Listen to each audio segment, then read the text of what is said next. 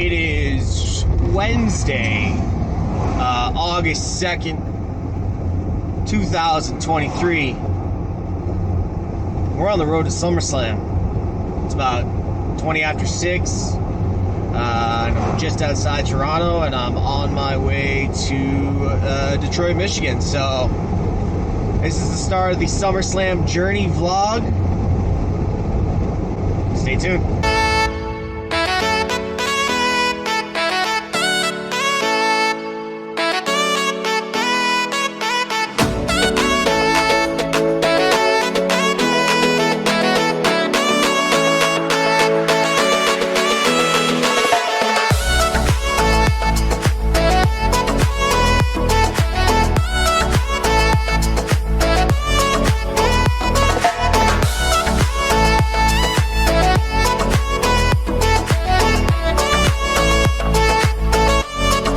So here you can see I was getting super bored on the drive, so I'm just vibing out to myself, having a good time, getting excited. I'm almost at the Detroit border, and really it's just a long drive from Toronto to Detroit. It's over 3 hours, so I was having a good time, but at the end of the day, I just wanted to get there, so we were just vibing out. All right, let's go say hi to Mon. Where is he? Oh, there he is. There he is. Oh, God. Now that's hospitality. Oh, did you shake it too?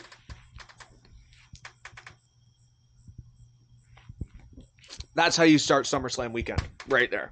As you all might have just seen, that is virtually everything I got for the vlog of SummerSlam.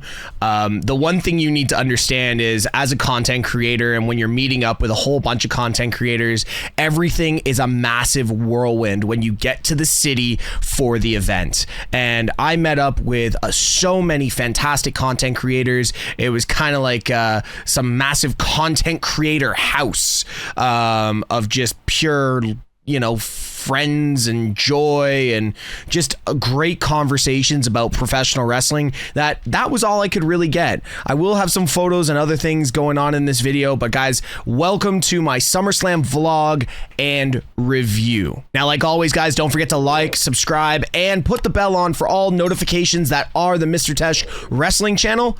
Now, on to the video. Now, first off, guys, I have tried to film this video 6 times and something drastically has gone wrong. I forgot to hit record. I got a phone call and the recording stopped. My power went out, and vice versa and everything else. So if this video doesn't get posted, this is the last time I'm trying to do it, and I'm leaving that part in. Now, on to SummerSlam and the weekend that was SummerSlam. I went down super early. I went down on the Wednesday to meet up with a couple of friends, just really get the entire vibe of what the weekend was going to be. We hit the Superstore on Thursday. We got there really early, so there was no line, there was no issues. It was literally walk straight in and get to see some new merch, what they had for the Detroit SummerSlam show.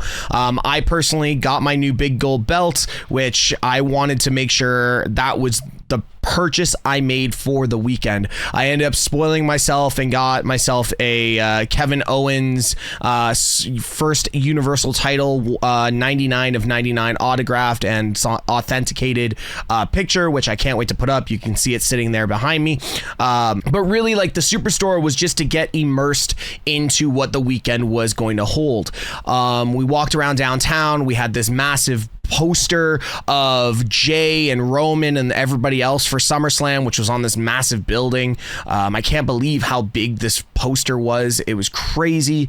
Then we walked around, grabbed some food, and then went back and waited for a couple of friends to fly in on Thursday night. Friday was more of a just get ready, hang out. We went to meet Seth and Rhea Ripley, where Seth Rollins was late. Rhea Ripley was like 2 hours late. We were in like 92, 94 degree heat on the tarmac, absolutely sweating like crazy. Got to meet a lot of really cool people that recognize me from my channel and from Straight Shoot, which I will say thank you to you guys so much for really giving me the opportunity to say hello to you, because honestly, if it wasn't for like you guys and supporting my channels that I am involved with, we wouldn't be anywhere when it comes to professional wrestling content. So first off, for those of you who said thank you for taking the photo, no, thank you guys for coming up to me and like shaking your hands, introducing me, telling your stories, all that kind of thing. I really, really, really do appreciate meeting every single person. If you ever see me, do not be shy to come up and say hi. Just don't be weird. All right. So we finally got to meet Seth. Unfortunately, it was kind of a lackluster meet and greet because we were just herded through like cattle. He had another meet and greet shortly after the one that we were at, so we were like herded through like cattle. So we got to meet Seth Rollins, but it was like a fist bump, turn, smile, as you can see here, and that was it. It was just like off you go on your bike. Rhea, we didn't stick around for Rhea Ripley because she was so late, but what I found, or what I heard, is that she was super cool. She stayed super long, was able to engage with everyone, and really gave some time to all the people that met. I'm not saying anything disrespectful to Seth because I love Seth Rollins. I'm just saying I heard the Rhea meet and greet was a hell of a lot better. So big ups to Rhea Ripley and everyone that got to meet her. Let me know in the comments if you guys got to meet anyone this weekend, and if so, how was it? Following that, we kind of went to the house and got ready for my Twitch stream, which was a great success. We had like all the team and all the crew like on the Twitch channel and watching SmackDown and kind of reacting to the entire show. And then we played like this SmackDown Jeopardy game, which was super cool, and we had a blast doing it. It was so much fun to even have Santi involved from his location back here in Canada, and I was really excited to actually play this, and we had a lot of fun. If you have not checked out the video, go back to my video timeline, and you can check out the SummerSlam Jeopardy live on the video. It's already posted on this YouTube channel. Following that, we got up for the show, got ready. A bunch of other people showed up to the house. We had this big massive Brock Lesnar that we were scaring people with.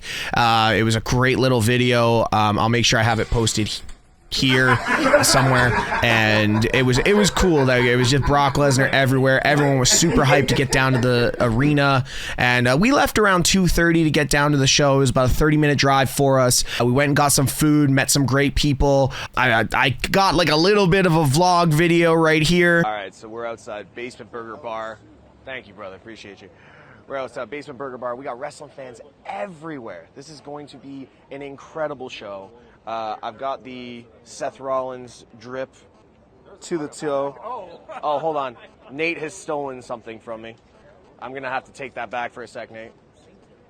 If go ahead. Appreciate you. If you can, if you don't mind. Appreciate that. Oh.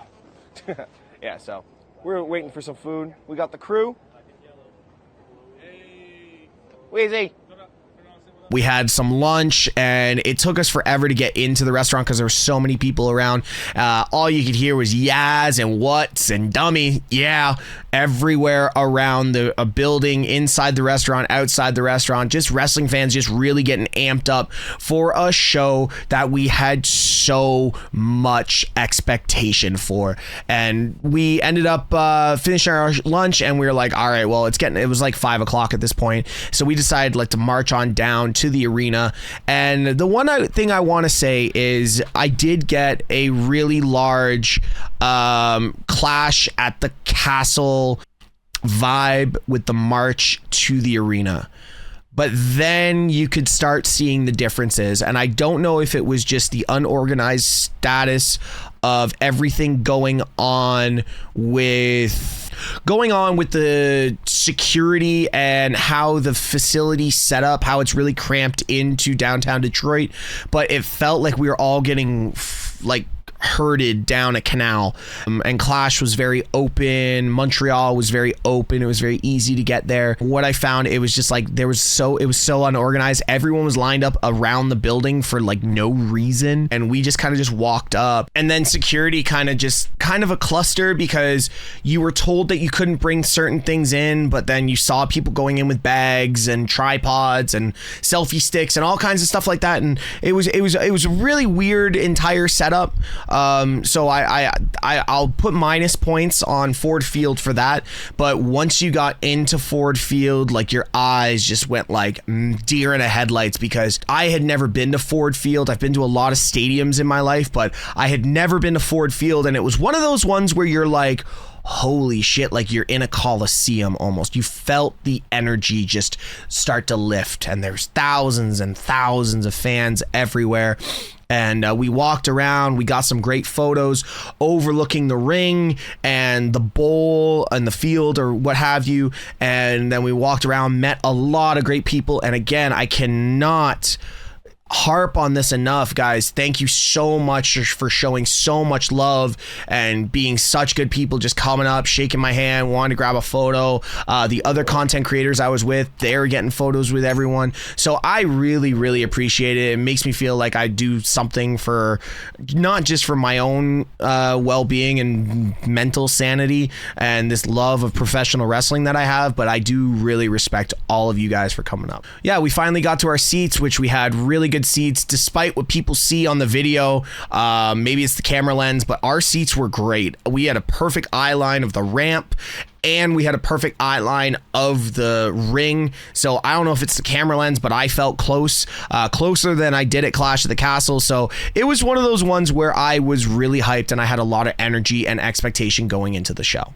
So now let's get into the SummerSlam review. I want to start with the first match of the night, Logan Paul versus Ricochet, which I really felt these two put on one hell of a performance. We did know that this was going to be the first match of the night. Logan Paul basically said it on his podcast saying, you know, I want to make sure I'm in Dallas for his brother's fight against Nate Diaz. And these guys put on an 18 minutes spot fest, and I felt that these guys nearly stole the show right out of the gate. Unfortunately, the one thing I can say, and I'm going to harp on this time and time again through this entire review, I found that the crowd was very flat the entire night. These two were demanding respect when it comes to performance that they were putting on. Two of the best high flyers in the business currently in WWE, and I don't care how much gripe I give Logan Paul, you can't disrespect what he does in the ring. Logan Paul has no right being as good as he is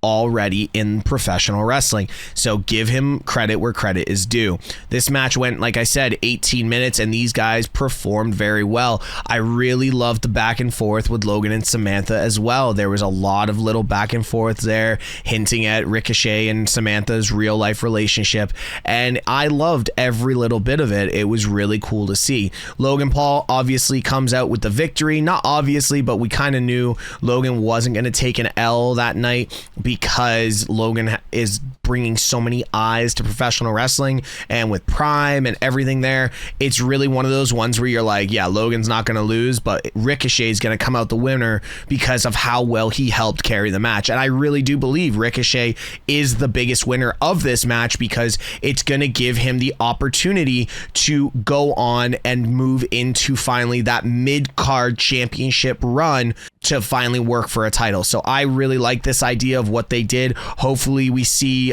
coming up on SmackDown, Ricochet like confront Austin Theory, because let's be real, Austin Theory's US title run has been garbage. Like, it's been garbage, and honestly, like, the fact that he was just in the Battle Royal says all we need to know about Austin Theory's title run. So seeing someone like Ricochet or someone like Santos Escobar or someone like that go in and start challenging, and maybe a triple threat at Payback or something like that, I can't wait to see it. Let's jump in right to the Battle Royal, and let's be real, guys, even though I have picked Chad Gable to win the Battle Royal, this was where the crowd was the hottest of the night. The second LA Knight's music hit, it was on, and obviously, like, we were all expecting a potential return.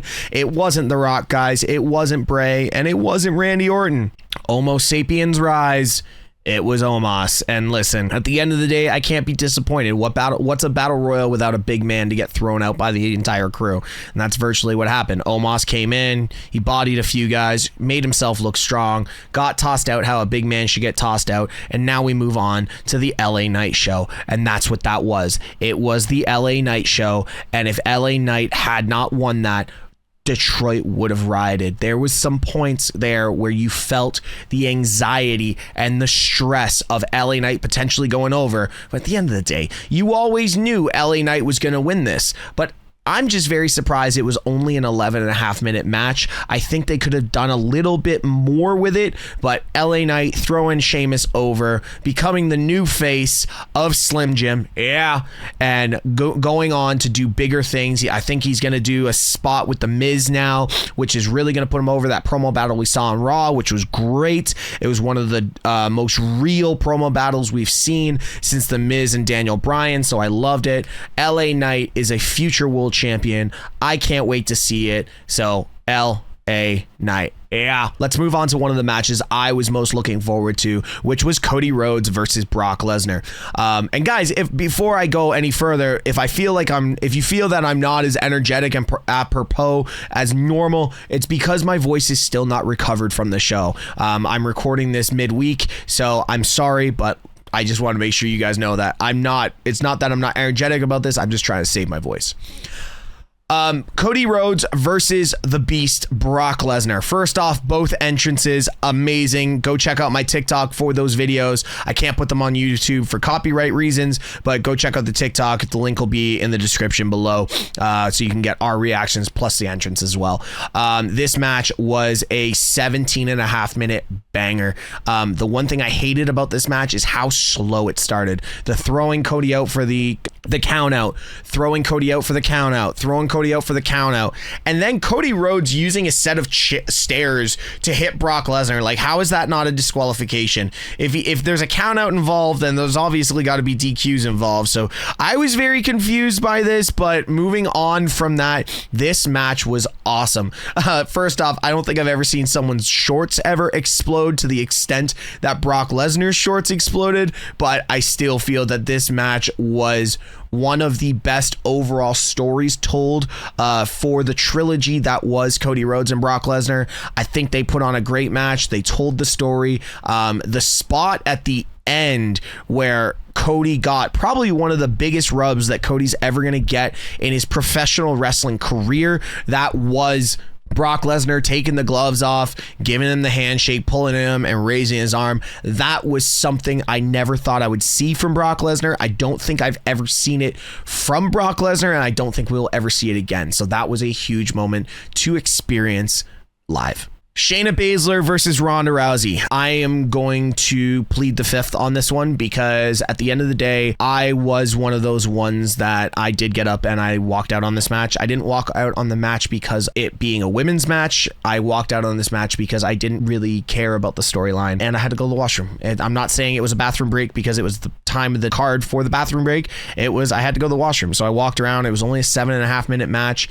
What I can say is I have watched it back and these girls beat the absolute crap out of each other, and I respect them for that. They did what they needed to do to tell the story. Shayna Baszler went over. Very amazed and happy for Shayna Baszler because we need another strong woman on Monday Night Raw to feud for the title. Shayna Baszler can do exactly that. So I am very, very, very, very impressed with Shayna's development. I can't wait to see what she can do moving forward on the main roster out of Ronda Rousey's shot. Gunther versus Drew McIntyre. What I said was going to be a 5-star banger match. Oh boy, was I absolutely disappointed in this. And I don't think it's because the match itself. I think there was so much expectation around these two big meaty men slapping meat that I think the crowd was really falling flat because you've got two European guys that are expecting a Clash at the Castle response, basically like we had for Sheamus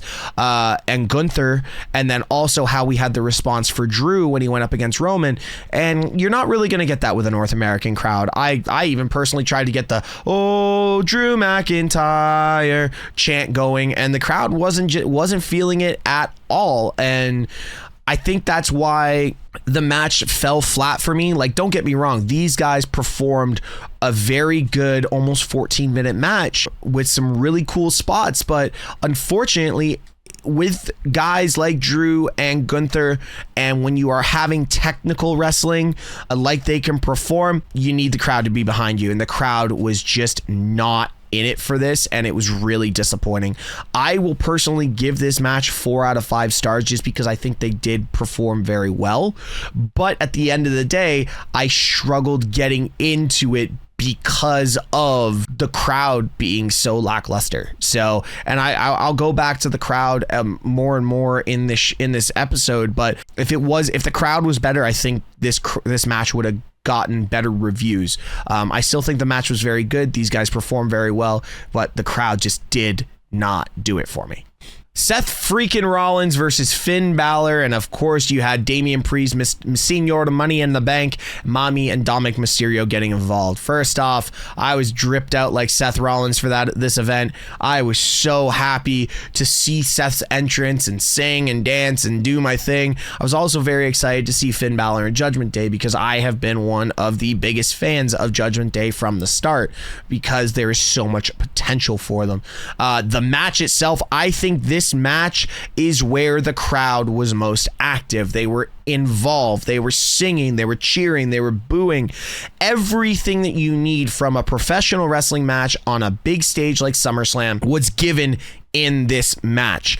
Both Finn and Seth put on a banger. And then you obviously had Damian Priest come out, Senor Money in the Bank came out and got himself involved in the match. Obviously, Mommy and Dominic Mysterio weren't far behind, but it was one of those ones where I really loved the entire story of this match.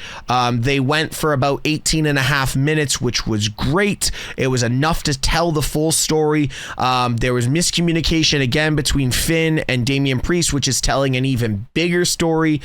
We thought for a minute we were getting a cash in where Priest slid the briefcase into the ring and Priest walks around to go grab the referee, we thought, and Finn Balor goes to grab the briefcase. Unfortunately for Finn, Seth was quick on his toes. The stomp onto the briefcase, the 1, the 2, the 3, Seth Rollins, and still Mr. World Heavyweight Champion. Happy about that, but can we go back to the looking back and forth between Finn and the look on Damian Priest? Like, how can you screw this up again? That was probably one of the best segments of the night. Like, one of those little clips killed me. I was laughing so hard because they were playing it on the big screen and I was killing myself laughing with everybody I was sitting with. So that was really funny at the end. So that was a good part of the show. First off, Charlotte Flair, Bianca Belair, and Asuka.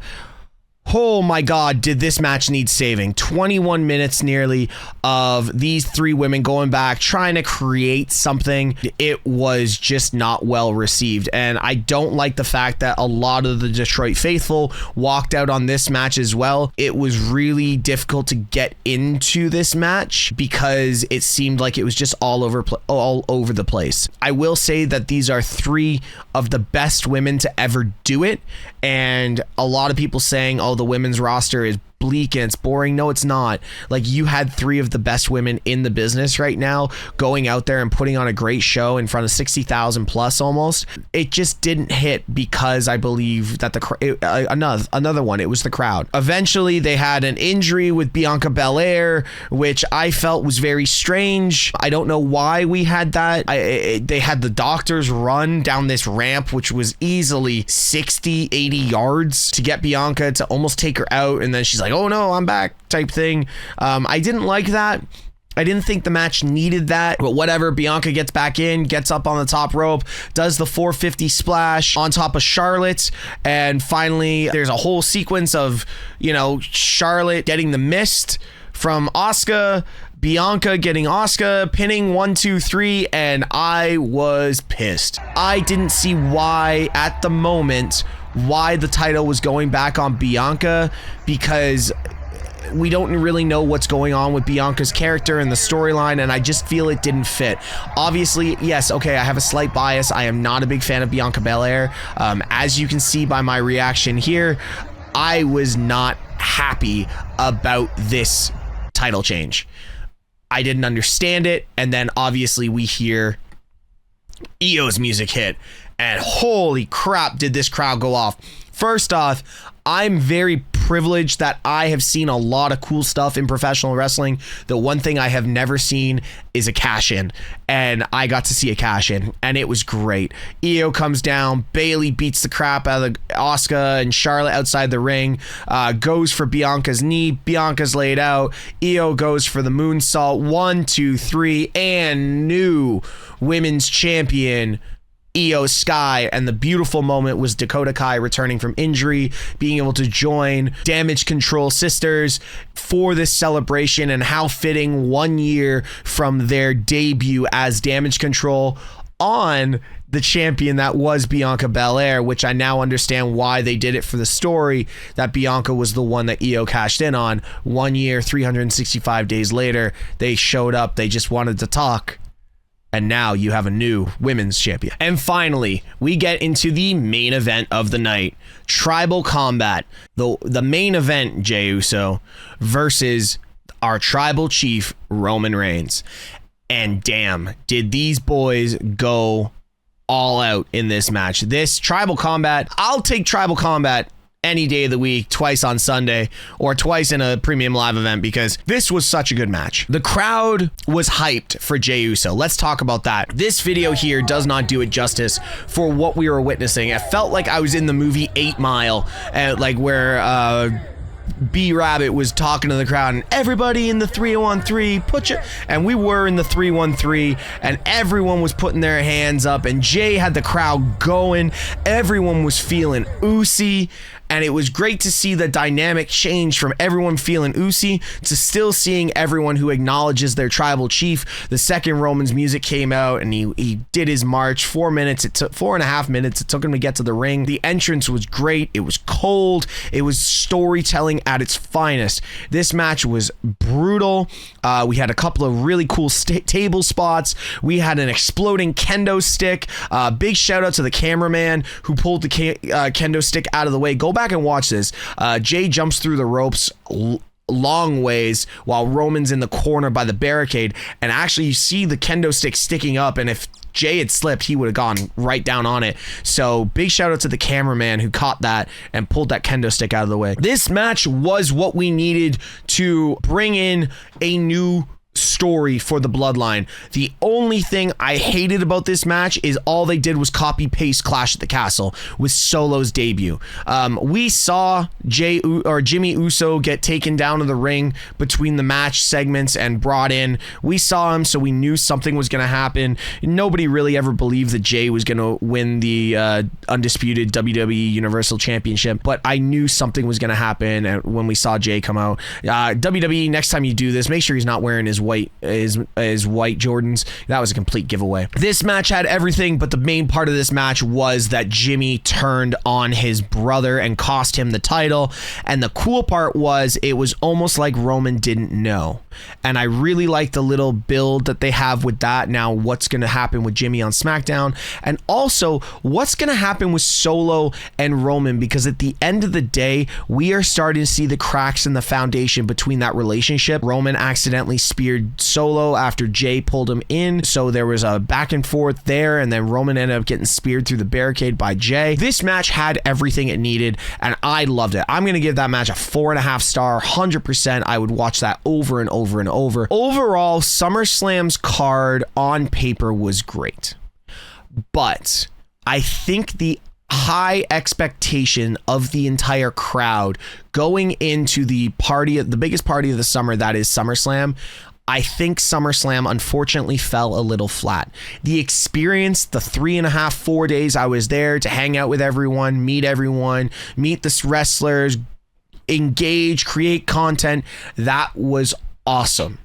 But unfortunately, I feel the show felt a little flat. Out of the 3 premium live events I have been to, Clash at the Castle still ranks first, Elimination Chamber second, and unfortunately SummerSlam hits third, and I'm pretty sure there could be something better than SummerSlam if I was to think of all the events that I've been to. I will say that there's a lot of great storylines. There's a lot of new available talent to be utilized after SummerSlam and stories to be told. So I really enjoyed enjoyed the overall idea of SummerSlam and what it told for the future. But unfortunately, SummerSlam fell flat for me. And I think it goes back to the crowd. A lot of people online are saying, oh, the crowd was dead, pumped in noise. Crowd wasn't. I don't think the noise was pumped in. I just think...